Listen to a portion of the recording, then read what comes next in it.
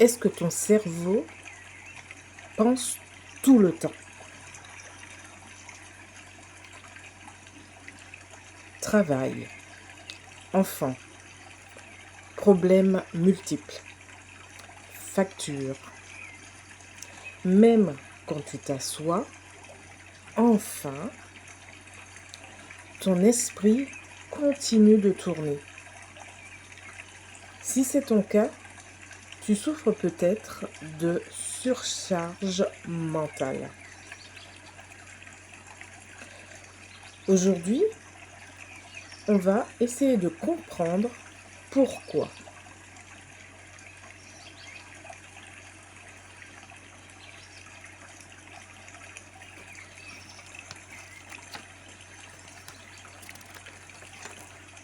Alors,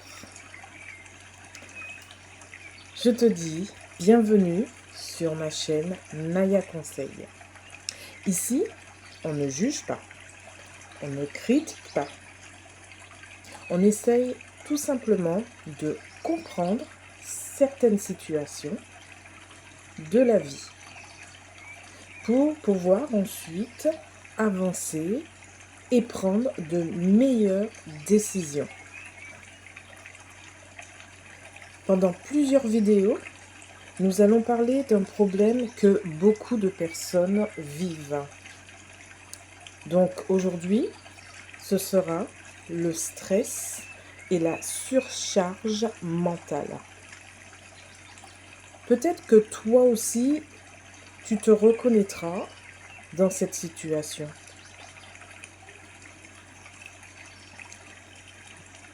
Tu te lèves le matin et ton esprit est déjà fatigué.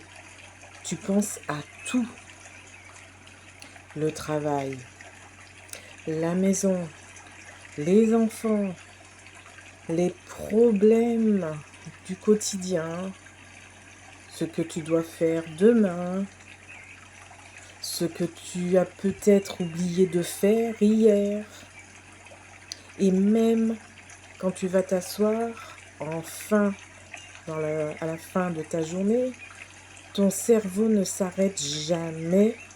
Alors, tu te dis, pourquoi je suis toujours stressée?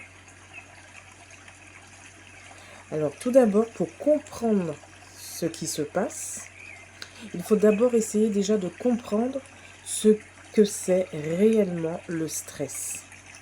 Ce qu'on va faire maintenant, on va se poser la question, qu'est-ce que le stress? Et on va essayer d'y répondre. Alors, tout d'abord, le stress, c'est une réaction qui est naturelle du corps. Exemple, face à un événement, c'est un état qui va être un état d'inquiétude ou même de tension mentale. Et ça, ce sera causé par une situation qui peut être difficile, compliquée.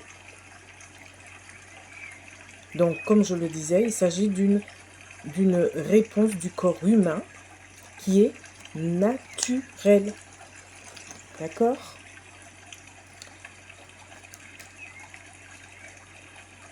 Et cet effort va t'inciter à relever des défis, à faire face aux choses auxquelles on peut être confronté dans notre vie.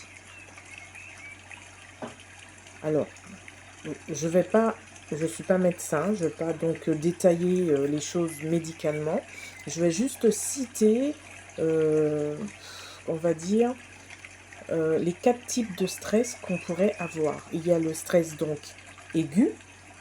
Donc, qu'est-ce que c'est que le stress aigu? Eh bien, c'est quand il y a une réaction qui est immédiate face à une situation. Donc, un simple exemple, vous vous disputez avec quelqu'un ou peu importe qui, eh bien, ça peut vous mettre en stress. C'est une réaction qui sera immédiate. Donc, le stress aigu. Vous avez le stress aigu aussi, mais épisodique, celui-là. Donc, pourquoi aigu mais épisodique? C'est quand ce stress va devenir répétitif, tout simplement. C'est un stress qui va se répéter. C'est pour ça qu'on dit qu'il est aigu, mais épisodique. Le stress, il y a aussi le stress chronique. Alors le stress chronique, c'est celui qui s'installe dans la durée. C'est pour ça qu'il est chronique. Et on peut aussi citer le stress traumatique. Eh bien, le stress traumatique, c'est lorsqu'on a une réponse à un événement qui va nous marquer. Eh bien, quand ton cerveau pense qu'il y a une menace ou une pression, il va déclencher une alerte. Et donc, ton corps va se préparer à agir. Donc, les réactions, du coup, vont être que ton cœur va se mettre à battre beaucoup plus vite. Tu auras la tension dans le corps. Tes pensées vont être rapides. Ta, ta, ta, ta, ta. Plein de pensées comme ça qui te viennent. Et tu auras cette difficulté à te détendre.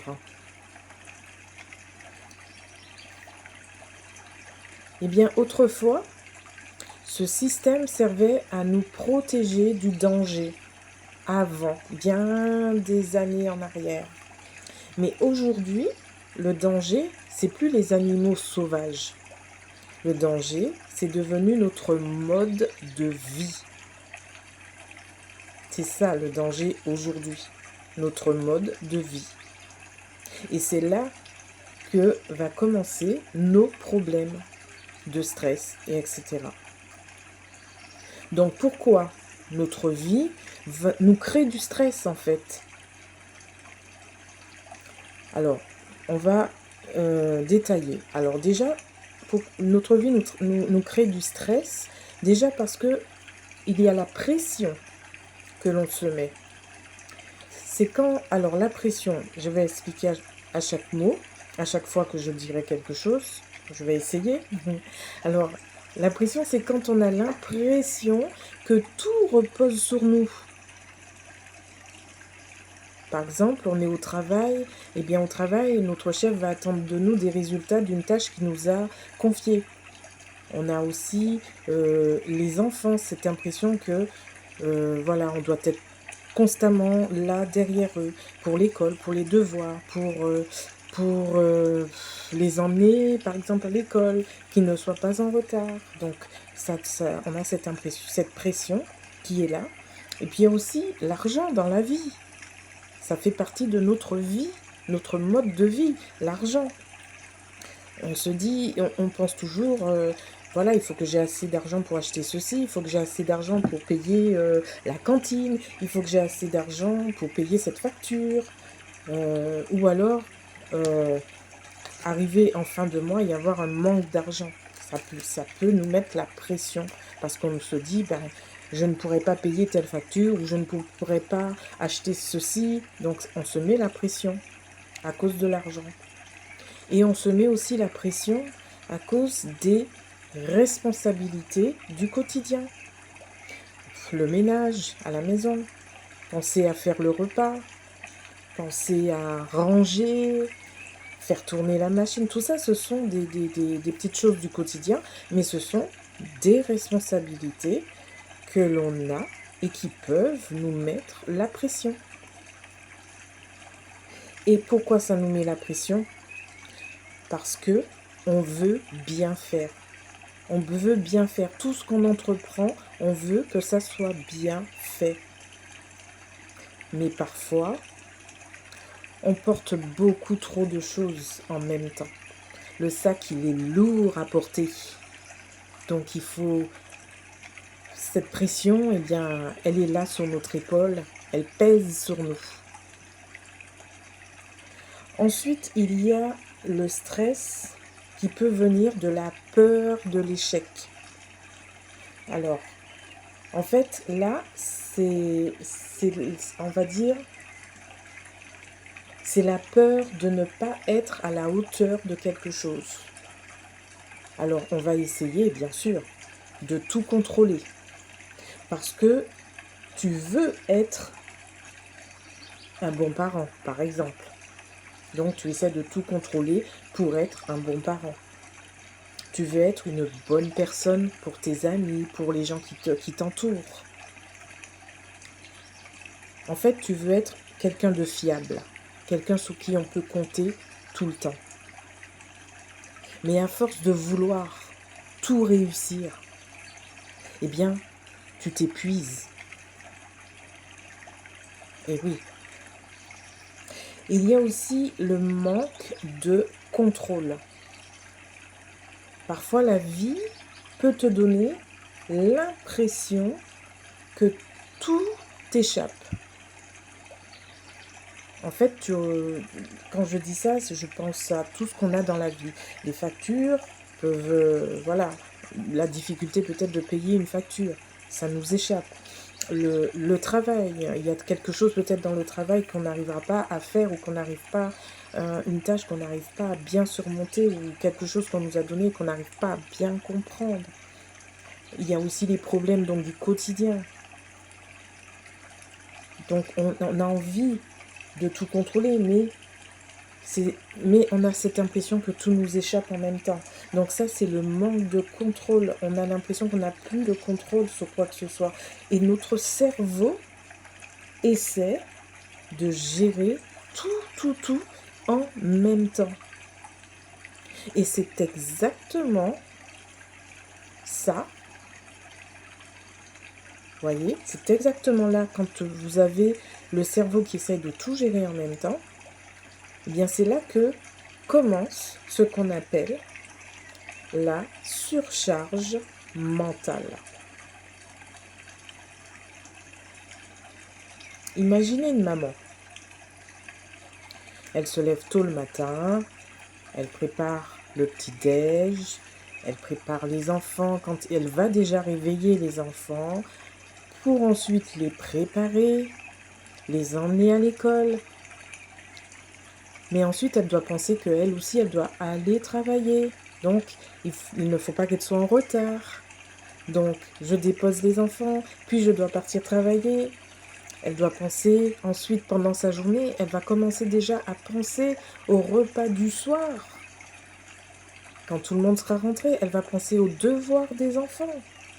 Et dans la journée, il y a aussi les rendez-vous aussi à gérer. Bref, cette maman va rentrer fatiguée à la fin de la journée.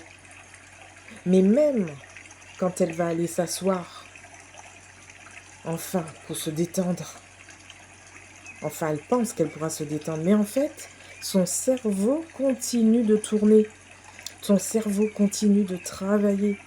Et elle pense à demain, elle pense à après-demain, elle pense à la semaine prochaine. Elle pense déjà à tout ce qui vient après. Et petit à petit, elle n'a plus de repos. Elle n'a plus de repos mental. Eh bien, c'est la surcharge mentale. Voilà. On a expliqué ce que c'était le stress en allant vraiment à l'essentiel. Et donc, dans la prochaine vidéo, nous allons comprendre, ou plutôt nous allons essayer de comprendre ce qu'est vraiment la surcharge mentale et pourquoi elle épuise autant des personnes aujourd'hui. Parce que la surcharge mentale, oui, ça nous épuise. Donc si tu te reconnais dans ce que je viens de décrire, sache une chose, tu n'es pas faible. Ton cerveau est simplement surchargé.